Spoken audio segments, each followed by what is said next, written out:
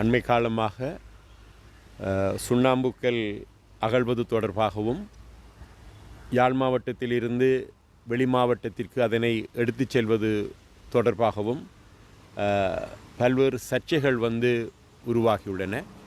இது தொடர்பாக நாங்கள் இன்று சட்டவிரோத சுண்ணக்கல் அகழ்வை கட்டுப்படுத்த கூறியும் சட்டவிரோதமாக யாழ் மாவட்டத்திலிருந்து ஏனைய மாவட்டங்களுக்கு சுண்ணாம்புக்கல்லை எடுத்துச் செல்வதை உடனடியாக நிறுத்த கூறியும் கௌரவ ஆளுநர் அவர்களிடம் நாங்கள் ஒரு கோரிக்கை மனு ஒன்றை கையளித்துள்ளோம்.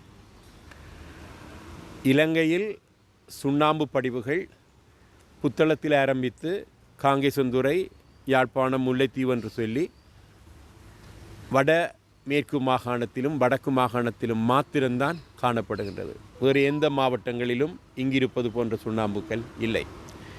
இந்த சுண்ணாம்புக்கல் கட்டுமான தேவைகளுக்காகவும் சீமெந்தை உருவாக்குவதற்கான ஒரு கைத்தொழிலுக்குரிய மூலப்பொருளாகவும் பயன்படுத்தப்படுகின்றது.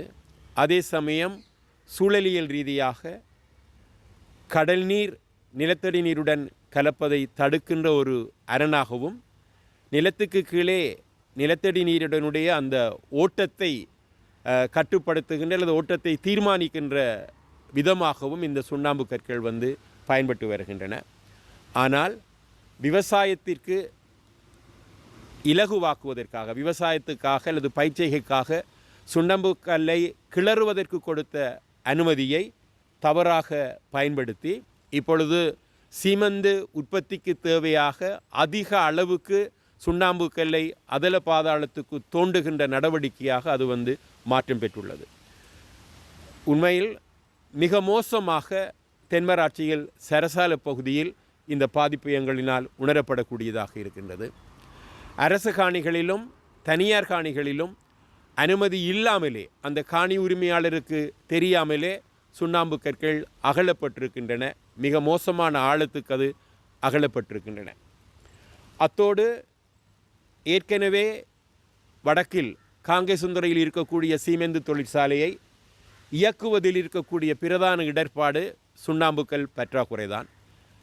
காங்கேசன்துறை சீமெந்து தொழிற்சாலை இயங்கிய காலப்பகுதியில் அதில் பாதாளத்திற்கு சுண்ணாம்பு கற்கள் தோண்டப்பட்டுள்ளன.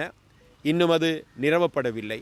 ஆகவே இன்னும் ஒரு தடவை நாங்கள் சுண்ணாம்பு கற்களை இங்கே அகழ்ந்து சீமெந்து தொழிற்சாலையை இயக்குவோமாக இருந்தால் அருகில் உள்ள கடல் மிக மோசமான சூழலியல் பாதிப்புகளை யாழ்ப்பாணத்துக்கு ஏற்படுத்தும் என்பதை கருத்தில் கொண்டு காங்கேசந்துறை சீமெந்து தொழிற்சாலையை இயக்குவதாக இருந்தால் வெளியிடங்களில் இருந்து கிளிங்கர்களை கொண்டு சீமெந்தை உற்பத்தி செய்யலாம் அல்லது சீமெந்தை இறக்குமதி செய்து பொதியிடலாம். இவற்றிற்கு மாத்திரம்தான் அனுமதி என்று சொல்லி யாழ் மாவட்ட ஒருங்கிணைப்பு குழு கூட்டத்தில் தீர்மானிக்கப்பட்டுள்ளது. அது மாத்திரமல்ல, முன்னாள் ஆளுநர் சார்ல்ஸ் அவர்கள் இங்கே பதவி வகித்த காலப்பகுதியில் நடந்த ஒருங்கிணைப்பு குழு கூட்டத்தில் யாழ் மாவட்டத்தில் இருந்து சுண்ணாம்பு கற்கள் வெளியில் எடுத்துச் செல்வது தடை செய்யப்படுவதாக கூட தீர்மானம் இயற்றப்பட்டது. இந்நிலையில் சுண்ணாம்பு கல்லை மிக மோசமாக அகழுவது பொதுமக்களிடையே கடுமையான விமர்சனத்தை தோற்றுவித்துள்ளது. இரண்டாவது விடயம், யாழ் மாவட்டத்தில் இருந்து சுண்ணாம்பு கற்களை வெளியே எடுத்துச் செல்லுகின்ற விடயம். பலரும் அந்த சுண்ணாம்பு கற்கள் பெரிய கற்கள் சிறிய கற்களாக உடைக்கப்பட்டதற்கு பிறகு அதனை பிறிதொரு தயாரிப்பாக வியாக்கியானம் செய்து அதற்கு அனுமதி தேவையில்லை என்று சொல்லப்படுகின்றது. உண்மையில் இந்த கனியவள அளவை சுரங்கங்கள் பணியகம் மிக தெளிவாக 2 தடவைகள் யாழ் மாவட்ட செயலகத்துக்கு கடிதங்களை அனுப்பி வைத்துள்ளது. அதாவது உருமாற்றம் என்கிறது ஒரு புதிய தயாரிப்பாக இருந்தால் அதற்கு அனுமதி தேவையில்லையே தவிர, சுண்ணாம்பு கல் என்கின்றது பாரிய கற்களை சிறிய கற்களாக உடைத்து அது பெர்மனில் தான் மாற்றப்பட்டிருக்கின்றதே தவிர அது ஒரு கிளிங்கரோ அல்லது அது ஒரு புதிய தயாரிப்பான சீமெந்தோ அல்லாதபடியால் கண்டிப்பாக அனுமதி பெறப்பட வேண்டும் என்று சொல்லப்படுகின்றது. ஆனால் அந்த சுற்று நிருபத்தை அந்த கடிதங்களையும் மீறி சுண்ணாம்பு கற்கள் யாழ்ப்பாணத்திலிருந்து எந்தவிதமான போக்குவரத்திற்கான அனுமதி, வழித்தட அனுமதி இல்லாமல் கொண்டு செல்லப்படுகின்றது. இதுவும் பொதுமக்களிடையே இந்த சட்டங்கள் தொடர்பான விமர்சனங்களை உருவாக்கியுள்ளது. ஆகவே ஆளுநர் அவர்கள் இதில் தலையிட்டு விவசாயத்தை பாதிக்காத வகையில் சுண்ணாம்பு கற்களினுடைய அகழ்வை நெறிப்படுத்துவதற்கும் சட்டவிரோதமாக சுண்ணாம்புக்கள் அகழப்படுவதையும் இங்கிருந்து கொண்டு செல்லப்படுவதையும் தடை செய்வதற்கு நடவடிக்கைகளை எடுக்க வேண்டும் என்று சொல்லி அவரிடம் நாங்கள் கோரிக்கை மனு ஒன்றை இன்று கையளித்திருக்கின்றோம். அவரும் நிச்சயமாக இதனை நிறுத்த வேண்டும் என்கின்ற சாதகமான பதிலை எங்களுக்கு தெரியப்படுத்தி இருக்கின்றார்.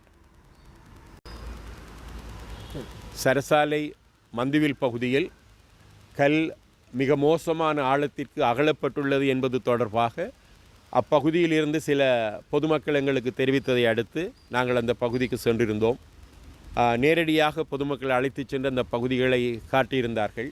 அது பழைய அகழ்வு அல்ல, 2-3 வருடங்களுக்கு முற்பட்ட அகழ்வுகளும் சமீப காலமாக கடந்த ஒரு வார கால பகுதிக்குள் மிக ஆழத்திற்கு தோண்டப்பட்டு சுண்ணாங்கல் எடுக்கப்பட்ட அடையாளங்களும் மிக தெளிவாக தென்படுகின்றன. ஒரு விவசாய நிலத்துக்கு அதனை பதப்படுத்துவதற்கு அல்லது பண்படுத்துவதற்கு 2 அடி ஆழம் வரைக்குமே போதுமானதுங்கிறது தான் சொல்லப்படுகின்றது.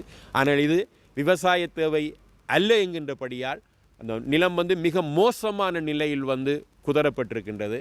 உண்மையில் அந்த பகுதி காலங்காலமாக அங்குள்ள மக்களினுடைய வாழ்வாதாரமாக இந்த கைகளினால் சுண்ணக்கற்களை உடைக்கின்ற தொழில் இருந்து வந்துள்ளது. அது சுற்றுச்சூழலுக்கு எந்த விதமான பாதிப்பையும் ஏற்படுத்தாது. அவர்கள் உண்மையில் விவசாய தேவைகளின் பொருட்டு விவசாயிகளுக்கு அதனை உடைத்து கொடுத்து வந்திருக்கின்றார்கள். 2 அடிக்கு மேல் அவர்களினாலுமே அதனை அகழ முடியாது, அந்தளவுக்கு மனித வலு போதாது. இப்பொழுது பாரிய கனரக வாகனங்களை கொண்டு இது உடைக்கப்படுகின்றதினால் அவர்களினுடைய சூழலுக்கு கேடு விளைவிக்காத வகையில் நடைபெற்று வந்த அவர்களினுடைய அந்த மனித வலுவை பயன்படுத்துகின்ற சுண்ணாம்புக்கள் கிளறுதல் கூட இன்றைக்கு முற்றுமுழுதாக அவர்கள் பாதிக்கப்பட்டிருக்கின்றது. ஆகவே வசதி படைத்தவர்களின் பணம் படைத்தவர்கள் என்று சொல்லி ஒரு குறிக்கப்பட்ட மிக குறைந்த எண்ணிக்கையானவர்களினுடைய தொழில் வாய்ப்புக்காக நாங்கள் ஒட்டுமொத்த சமூகத்தையும் எங்களுடைய சூழலையும் நாங்கள் மோசமாக பாதிக்கப்படுவதற்கு அனுமதிக்க முடியாது. உண்மையில் ஏற்கனவே காலநிலை மாற்றம் மிக மோசமான பாதிப்புகளை ஏற்படுத்தி வருகின்றது. யாழ்ப்பாண குடாநாடு சுற்றிவர கடலால் சூழப்பட்டுள்ளது. குறுக்கே கடல் நீரேரிகள் காணப்படுகின்றன. ஆண்டுக்காண்டு வெப்பநிலை கூடி உண்மையில் இந்த வருடம் போன வருடத்தை விட மிக கூடுதலான வெப்பநிலை எதிர்பார்க்கப்படுகின்றது. கடல் மட்டம் உயர்வதால் யாழ் குடாநாட்டினுடைய ஆனையிறவு பகுதியில் குடாநாடு துண்டிக்கப்படும் என்று சொல்லி ஏற்கனவே விஞ்ஞானிகள் எச்சரித்திருக்கக்கூடிய நிலையில் நாங்கள் கட்டுப்பாடற்ற முறையில் சுண்ணாம்பு கற்களை அகழ்வோமாக இருந்தால் அனுமதியற்ற விதத்தில் அதாவது சட்டத்தில் இருக்கக்கூடிய ஓட்டைகளை பயன்படுத்தி வேறு இடங்களுக்கு எடுத்துச் செல்வோமாக இருந்தால் காலநிலை மாற்றம் மேலும் மிகவும் மோசமான பாதிப்புகளை எங்களுடைய மண்ணுக்கு ஏற்படுத்தும். கிளீன் ஸ்ரீலங்கா தூய இலங்கை என்கின்ற ஒரு திட்டத்தை ஜனாதிபதி அவர்கள் தன்னுடைய விருப்பின் பேரில் ஆரம்பித்திருக்கின்றார். இதன் தொடக்கமாக பராக்கிரம சமுத்திரத்தில் இருந்து அங்கு முளைத்திருக்கக்கூடிய நீர்க்கலைகளை அகற்றுகின்றதில் அமைச்சர்கள் கூட ஈடுபட்டிருந்திருக்கின்றார்கள். ஆனால் உண்மையில் இந்த கிளீன் ஸ்ரீலங்கா என்கின்றது கண்ணுக்கு தெரியாமல் புரியோடி போயிருக்கக்கூடிய இந்த சட்டத்திற்கு புறம்பான வகையில் நிகழ்கின்ற கனியவள அகழ்வுகளை எல்லாம் நாட்டினுடைய எதிர்கால நன்மை கருதி இவர்கள் உடனடியாக கட்டுப்படுத்துவதற்கு முன்வரல் வேண்டும். இல்லாவிடில் இந்த கிளீன் ஸ்ரீலங்கா என்று சொல்லப்படுவதற்கு எந்த விதமான அர்த்தமுமே இருக்காது.